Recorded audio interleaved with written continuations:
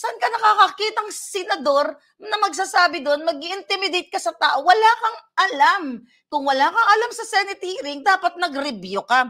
Hindi niya idinawit si Marcos Jr. at saka si Maricel na best actress doon. Jinggoy, makinig ka, Junggoy. Okay? Anong sinasabi mo na dinadawit ni Morales? Ay nako, talagang bugo to the highest level. Ang sinasabi nga niya, di ba, palibasa, wala nga kayong alam nila, gusto niyo kumamkam ng pera eh. You're not there para pagsilbihan ng taong bayan, kundi para senador ako, powerful ako, meron akong budget, chuchu.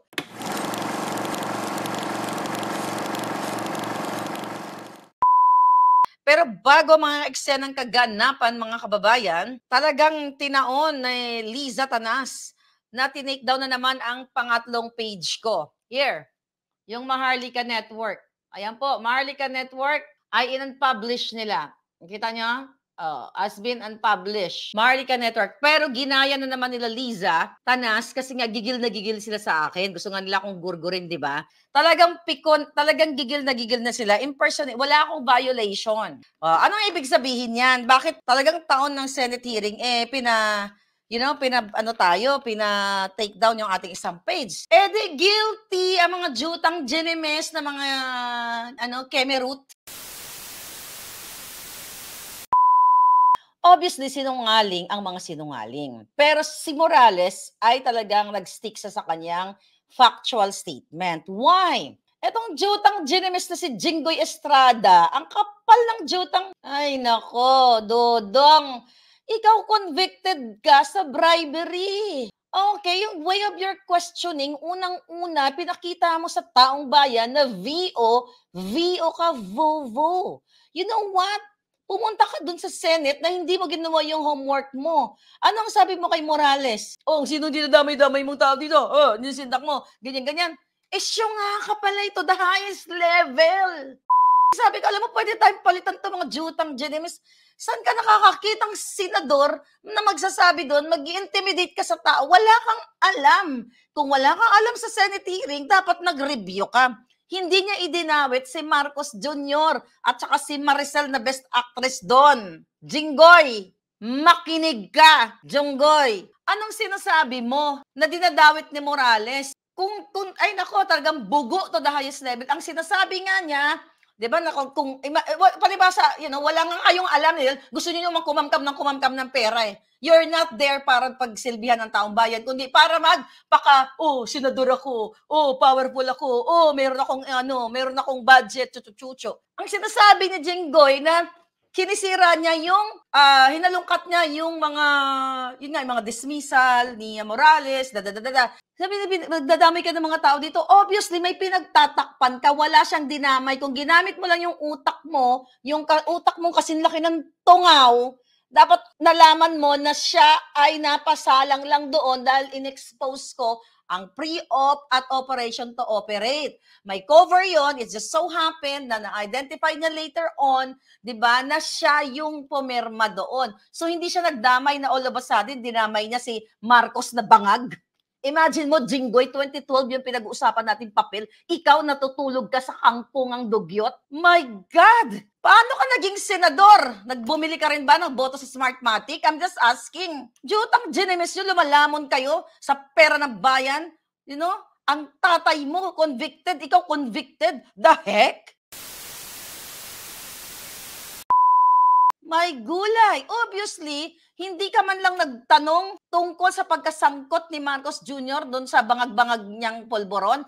Kitang-kita sa taong bayan, hindi nyo pagsisinungaling ang taong bayan, mga bugo. Anong klaseng utak meron ka, Jinggoy? Wala ka palang alam eh. Hindi mo ginawa ang homework mo bilang isang senador. Pumunta ka doon na para kang nagpabida-bida, yung pala ang alaman ng utak mo, lumot. My God, magagalit kayo?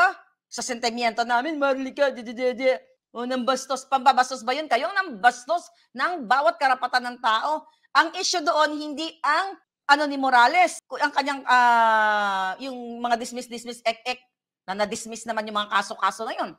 Kung yun pala ang pagbabasihan natin, dignidad. May dignidad ka, Jinggoy? convicted ka eh. Kung hindi makapal ang mukha mo, hindi ka na nga tumakbo eh. Dahil nakasuhan ka ng plunder. Kaso makapal ang mukha mo, kasing kapal ng mundo. Yawa kayo. Ay, nako, mga giatay, akala nyo siguro tanga-taong bayan. Pupunta ka, hindi ka gumawa ng homework mo, bidabidahan ka, sisirain mo yung testigo. Kung gusto nyo siraan, edi sira, ikaw mismo sira ka na eh. Ay, pamilya mo, di ba? Ano lang nga eh.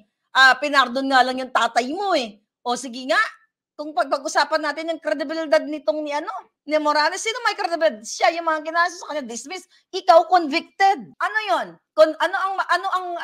Sino may credibilidad? Yung nagtatanong na convicted sa bribery o itong si Morales na kinasuhan ng patong-patong na mga yawa dyan sa PIDEA, na mga tiwali na naman siya, na dismiss naman. O sige nga.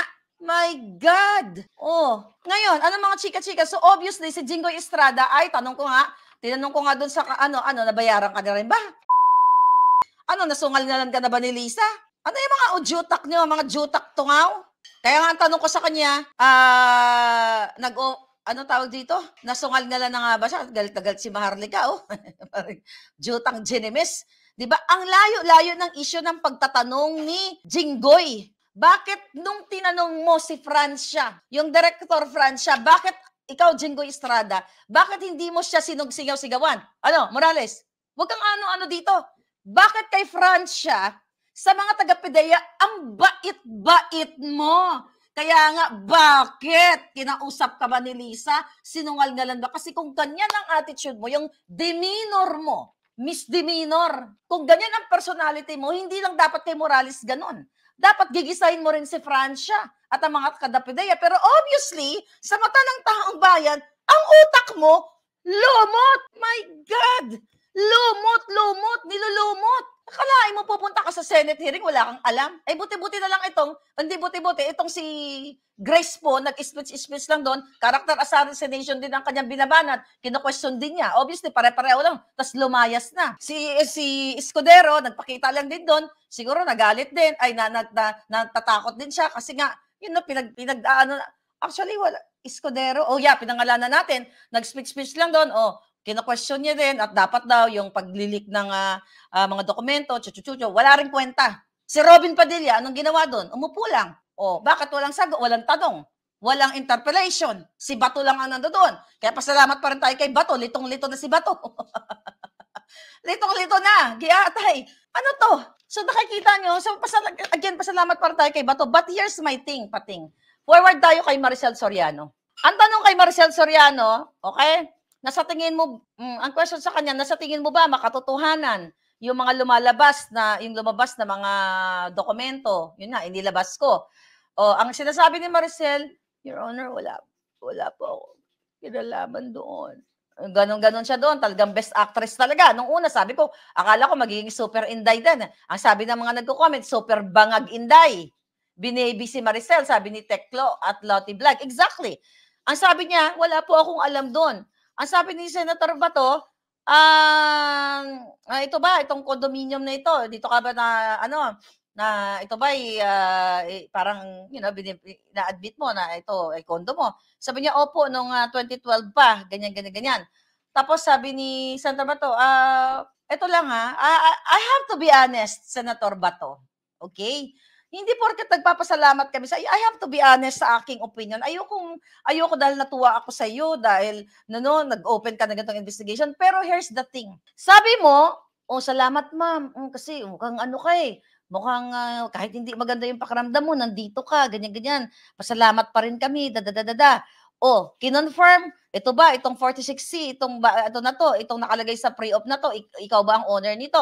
Ang sabi ni Maricel, yes, or your honor. Pero hindi ko na po matandaan kung anong buwan, di ba? Kung anong buwan niya binenta yung property na yun. Hanggang noong 2012 daw ay ibinenta niya. Tapos sabi ni Bato, hingi tayo ng record ng deed of sale. Actually, madali lang naman yun kung gugustuhin lahat Dapat nga, nung first hearing, nung nagpa-summon sila, pinaghahanap na nila to. Kung kayo ay ginawa nyo yung due diligence, yung mga nasa likod, mga staff ni Bato, lahat dyan sa committee na yan, dapat, actually, nakatipid na yung taong bayan Lahat, pinagkukuha nyo na itong mga dokumentong ito, hindi. Pag sunod hearing, patawag na naman. PDRA, ipatawag na naman. But anyway, going back dito kay Maricel. Oh, ang sabi ni Senator Bato, itong dalawang helpers na ito na nag-akusa sa'yo na nagko-cocaine ka o nagpupulburon ka.